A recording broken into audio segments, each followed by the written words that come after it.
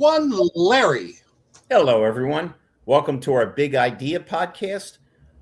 We've got a really cool guest on this week named Chris Carter.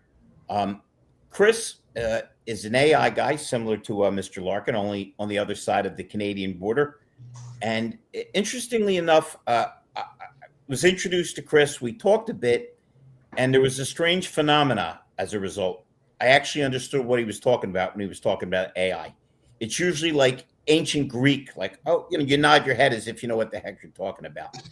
So without further ado, Chris Carter, the guy's tremendous. If anyone needs help with anything about what he's about to talk about, it's the right guy to reach out to. I'm personally going to be doing a bunch of stuff with him, and he's already helped one of my dealers that was kind of twisted around sideways.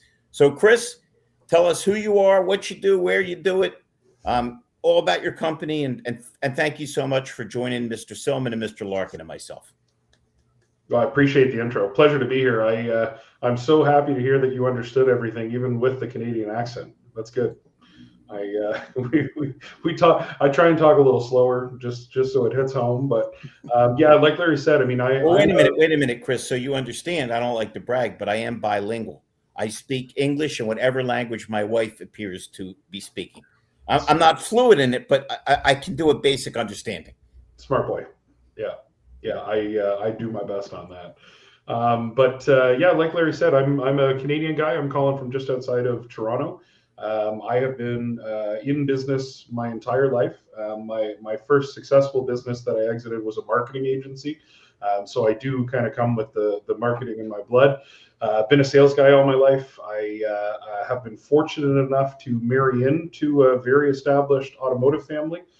My father-in-law, when he retired, I believe he had 14 rooftops at the time and a body shop and had a bunch of good things going. Really. Wait a minute, you married into that? Does he happen to have another daughter?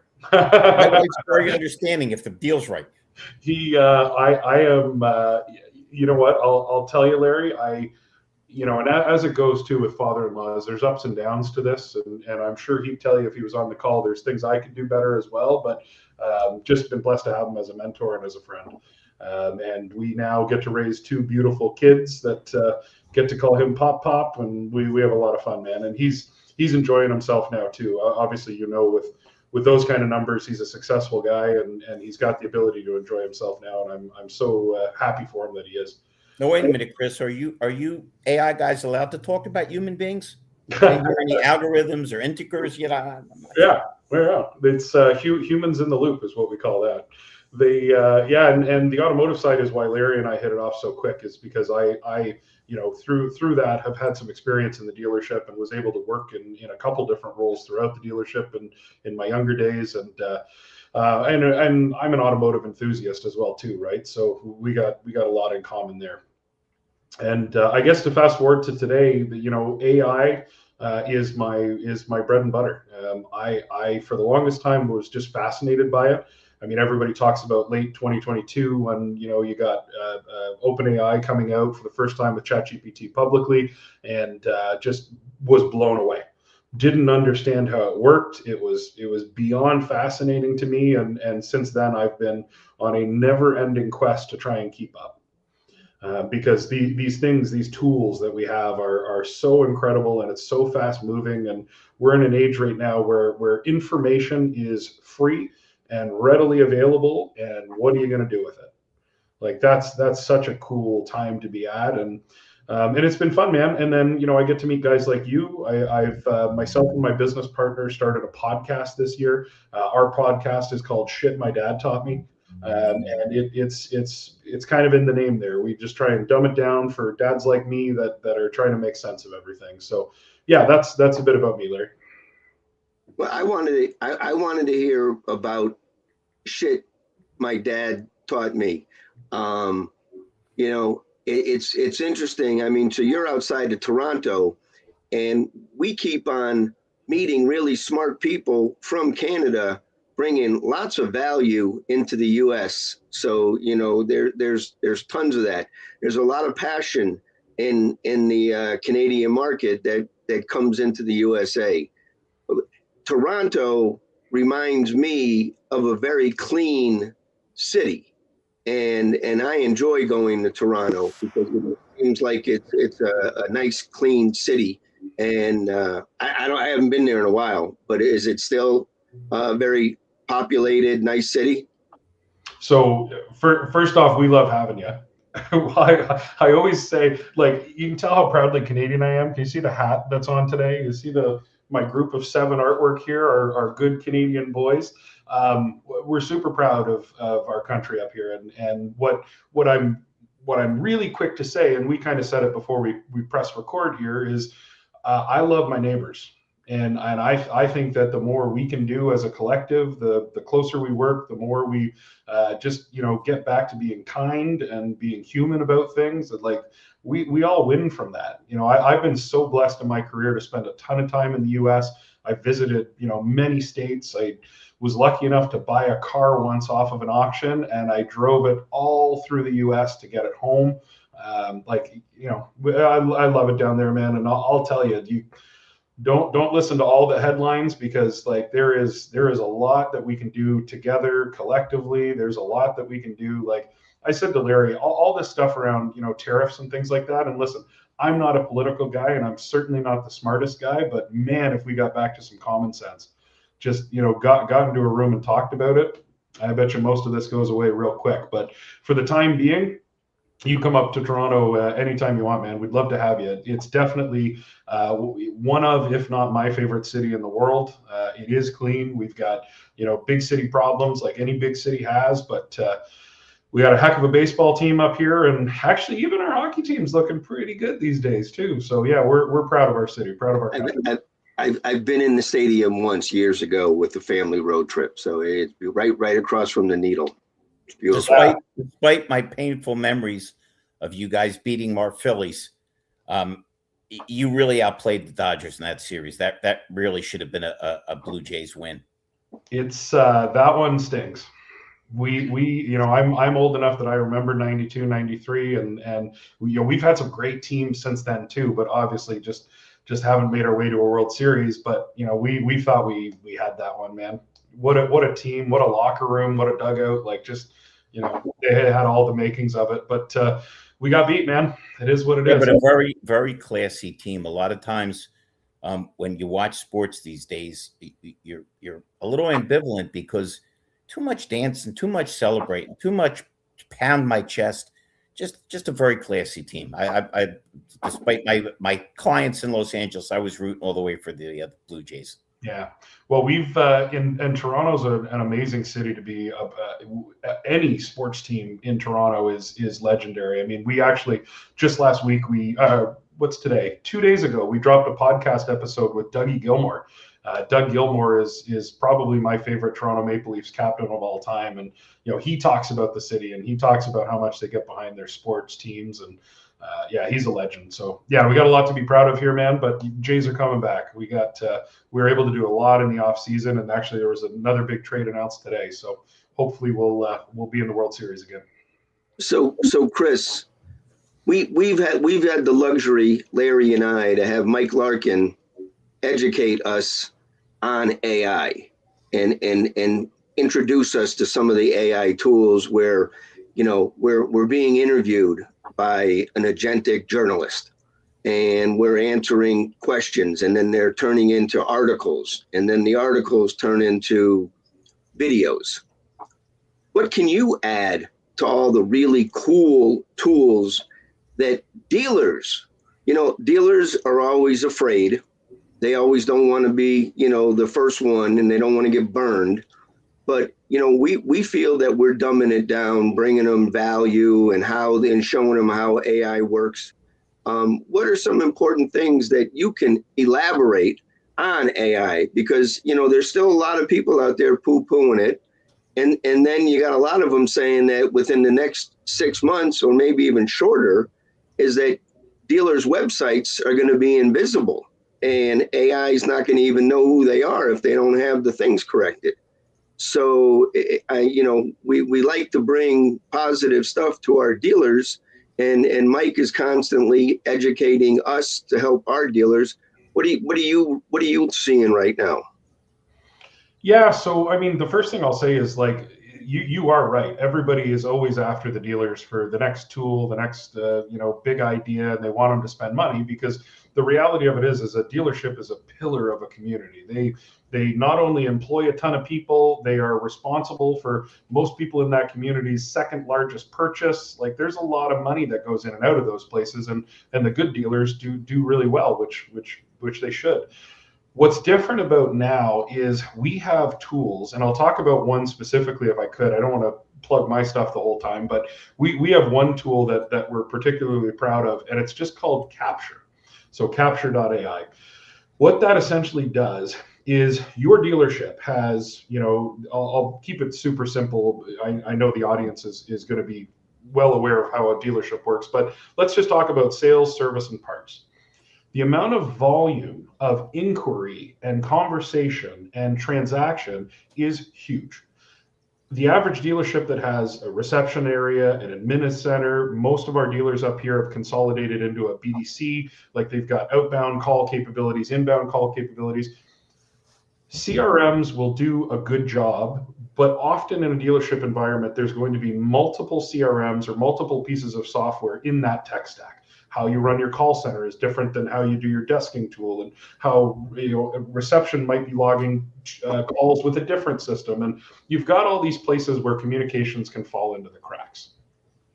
What Capture does is it is a series of AI listeners and AI agents that monitor every single communication you want them to. So imagine if a customer comes in, I'll use a sales example. They're on your website. Maybe they use an AI chat widget, which most dealerships have. Maybe they pick up the phone and call in.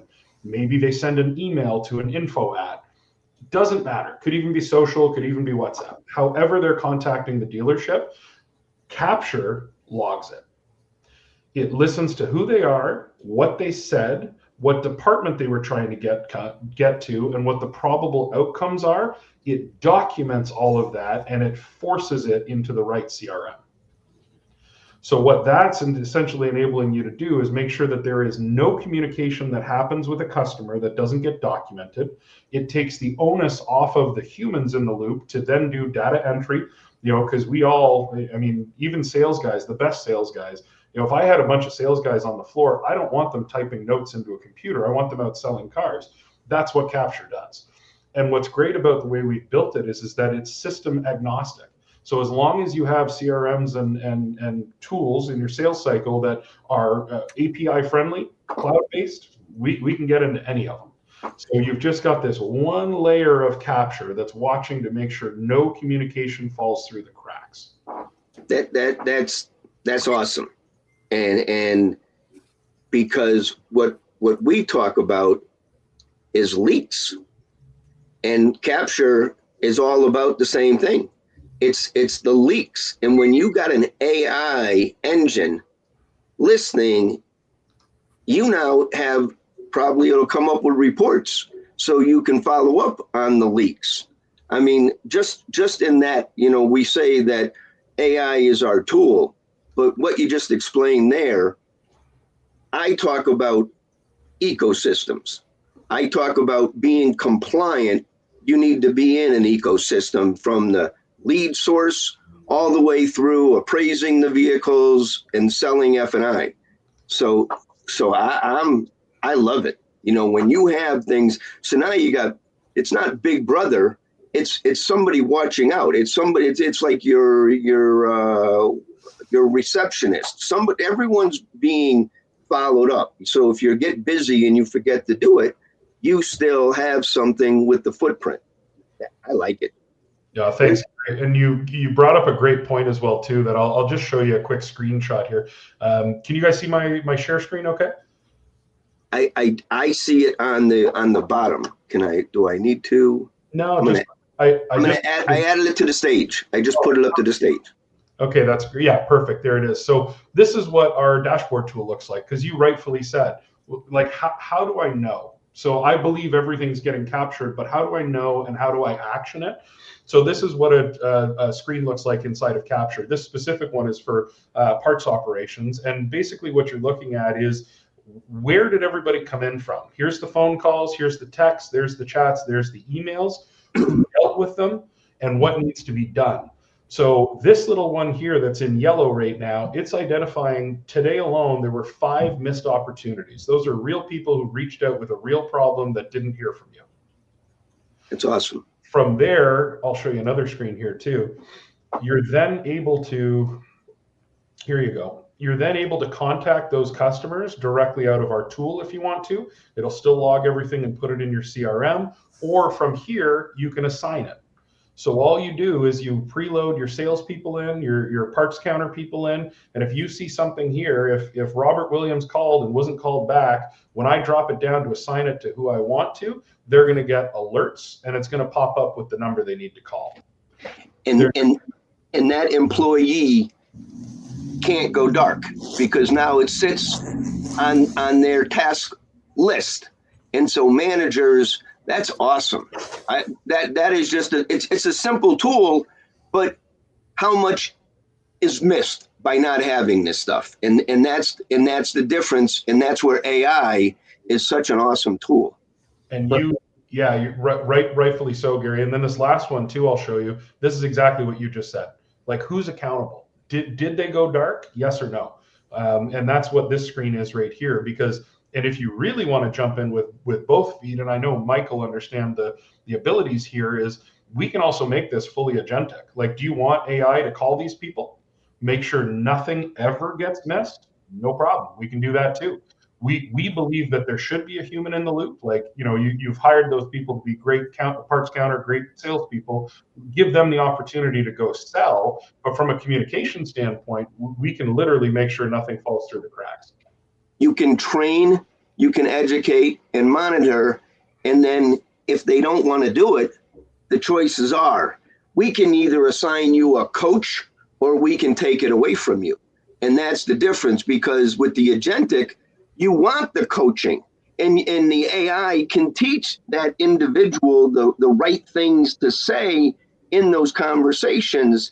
But now they have backup, they've been trained. And now if they're not following the training, that's a whole different story. But at least the customers are getting responded to, and the employee is being coached of what they should be doing. Well, and then on the sales training side, like what a powerful tool to see what everybody's saying. Absolutely. It literally, you've got transcripts of all of this, and they're being injected into the CRM. So not only do you have full transparency on those kind of things, you got a coachable moment there where you say, hey, they dropped off pretty quick, or we only heard from them the one time. And again, with Capture intentionally being built on the top layer, meaning it doesn't replace anything. I'm not trying to say use mine instead of yours. You made good investments in other sales tools and training and do all that. But this makes sure that nothing falls through the cracks. Well, there's another product out there. I don't know if I'm going to say it. It's like, it was AutoGenius or something that listens to the F&I transaction. And then AI puts it, did they explain the manufacturer's warranty? Did they offer? So this is where AI, the talented people that have been playing around with AI, bring in useful tools inside the stores are amazing. And you got to cut through all the noise, but and drive results. I mean, listen, everybody's in this to make money. Like, I don't really care about the sexy tools. I don't care about, the ones that are here today and gone tomorrow, because somebody's going to come up with an even sexier one tomorrow. Like, we specialize in the AI that's actually going to drive revenue. Like, what are the things you can put into place that I'm going to feel on my bottom line? Yeah. And when everybody has their own coach at their level, that's the thing that I'm seeing as a winner, is that the AI can coach the individuals on how to do a better job without somebody making them feel bad, right? It's a manager calling them out. No, let the coach go work with them for a little while and help them to meet the penetrations and the levels they need, as opposed to somebody tearing them down. So it takes those hard conversations out. They're gone. Well, and you got, like, the sales trainers that I'm seeing that are crushing it right now, and obviously we've got one on the call today, but they understand how important systems and processes are. AI is specifically there to ensure systems and processes. Like it's the perfect pairing to really good technique. Chris, let me jumping back to sports. I just trained about 20 people in Florida, and I am on record, having said before Brady and Belichick split up that Belichick is not the greatest coach of all time. Great coach, but not the greatest. We'll find out how good he is without Brady. Said the greatest coach of all time is Vince Lombardi, who won 5 out of 6 championships. He lost to my Eagles. He won the first 2 Super Bowls. Everybody in the league knew he was going to run the Lombardi sweep around the right side of the line, but everybody hit their blocks. Everybody gets involved with all the sexy stuff, but the real deal is process. The real deal is being consistent with your behavior, doing what you need to do. If you don't have process, it doesn't matter how handsome you are, how beautiful you are, how good of a talker you are. There has to be a system where things make sense. Yeah, and that's where it turns to guys like you and obviously Gary when it comes to F&I. Like the systems exist, so how do we enforce them, and how do we take best practice and make that routine? Well, it used to be the poor person never sat in front of that particular screen and didn't understand, and so it was expected that they were going to understand and master that skill. Well, now you've got support everywhere, and you don't need to have people on islands. There can be a training system that somebody's not meeting their expectations, and that's the difference, is that you don't need to replace anybody in any dealership today with any kind of AI at all. We just need to make sure that everybody that works in the store that has use to the AI understands it and knows the value to them and to the dealership, and they just need to perform their roles. The stress should start to roll out in a lot of these places when you have a system that everybody understands, and it's documented and it can be trained upon. And it can be augmented, Gary. That it's a tool rather than a crutch. The idea of having someone be able to talk to your customers 10 o'clock at night or on a Sunday if your dealership happens to be closed is gold. The idea of replacing humans or making humans unimportant is beyond horrible, because all it's going to do is make the people you have less valuable. And trust me, the nerdiest of nerds doesn't like talking to a prompt machine that puts them through 3 prompts and then hangs up on them. We have to re-emphasize the human element, but use the technology we have to be more effective. Yeah, and the back end of some of those agents now that we've trained they're getting so good. Like, you've got companies that are just specializing in voice and how the cadence and rhythm, and so now you've got these super realistic sounding agents, but you can backfeed them your own knowledge base. So Chris, we're going to be the determinant of whether they're just like humans. When they start calling out sick and getting rid of the customer because they think the other AI machine has a better customer, then they'll be real salespeople. Am I right, Gary? Then we'll know they've mastered the human element. Yeah, and what's going to be nice is these are, and you said the word too, these are tools, okay? The tools are... they're not replacing. Everyone has to get that out of their head. It is not a replacement. It shouldn't be a crutch, Gary. It shouldn't be. Chris, I'm old. When I got into this damn business, they were just starting to print out inventory on a white piece of paper. And the lazy guys would say, "Oh, looking for a car? Sit down at my desk. Let me pull my inventory sheet out." Now you walk the guy, you make them fall in love. Yeah. There was a tool that could help you with your knowledge, but some people used it as a crutch. This is the same thing, only a lot more sophisticated. It should be an augmentation, not a crutch and not a replacement. Yeah. Hey, Chris, one of the things that was drilled into my head when, 3.5 years ago, when AI first came out, the wow factor and all, but we wanted to use it to monetize. But at that time, we were warned, hey, we're going to work on a scalable framework. We're going to work with an automation strategy, and the artificial intelligence is going to start at A and end up at Z. In other words, it's going to get smarter as we grow. So what I'm saying now, and you brought it up, different AI companies are focusing on different elements of business. One is going to answer your phone, one is going to do a follow-up call, one is, and all that. Now I've been telling people this, that they need to go to Google and type in EEAT. That's going to tell you what Google's looking for to show your business in front of the people that are looking for your products or services.